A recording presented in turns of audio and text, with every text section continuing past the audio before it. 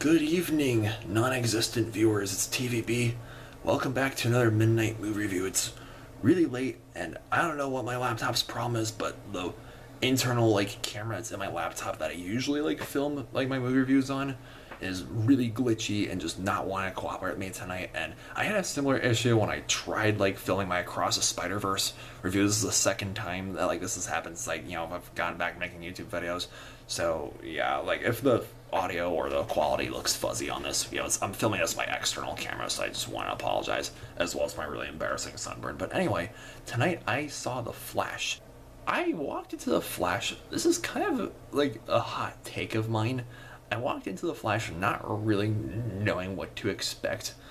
I wasn't as excited for it as some people were, but I also wasn't as dreading it like some people were either. I saw a trailer and it just with the way it had two Flashes, Michael Keaton back as Batman and Supergirl, in the back of my head I was like, okay, this could be really interesting. That it's always cool seeing Michael Keaton on the big screen again, and I obviously Ezra Miller. I know there's a lot of people who don't want to see this movie because they don't like Ezra Miller as a person. I can understand that.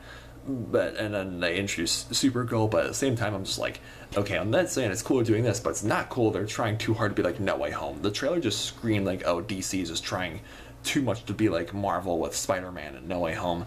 And walking out of this film, the trailer and the film itself, The Flash is kind of Newton's third law. For every action there's an equal and opposite reaction. On one hand, yeah, Ezra Miller, he's very funny and charismatic and sells the role as the Flash perfectly, because how he does, he sort of popularized that role. So whenever I see Ezra Miller, hey, yeah, I see the Flash, and he still has the charisma and the charm that he has in the Justice League films in some scenes, but in other scenes he's just a dick. Not just to his younger self that he works with in this alternate timeline that he creates, but also just to other just random background characters for no reason. I'm it just seems really out of character for Barry Allen.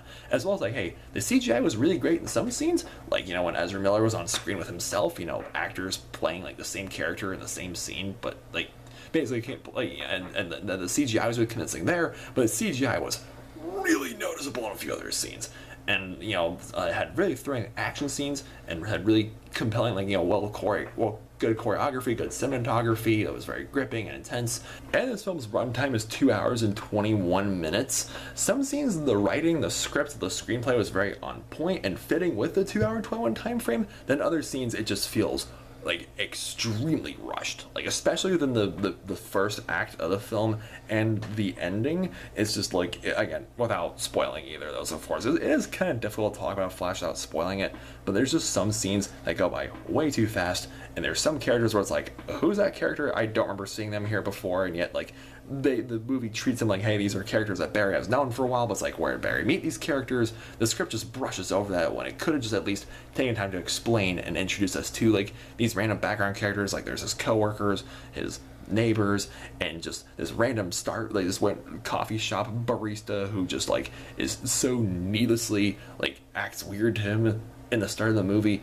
There's just a lot of scenes where I was kind of scratched my head, but huh, they decided to keep this. But there are plenty of other scenes where it's oh wow, this is really touching. And so overall, The Flash, like I said, it's not great. It's definitely flawed, and I had my fair share of issues with it, but I still liked it more than Shazam! Fury of the Gods that came out back in March. That movie was just boring, and I was really disappointed by it. But I was not bored by The Flash, and I gotta say, I'm stick around for the post credits, and I'm really curious to see what the DC universe is heading in next, especially since the DCU is hey, this is kind of their last hurrah, and they're just going in totally different directions. Overall, for The Flash, I'll give it a 5 out of 9 stars.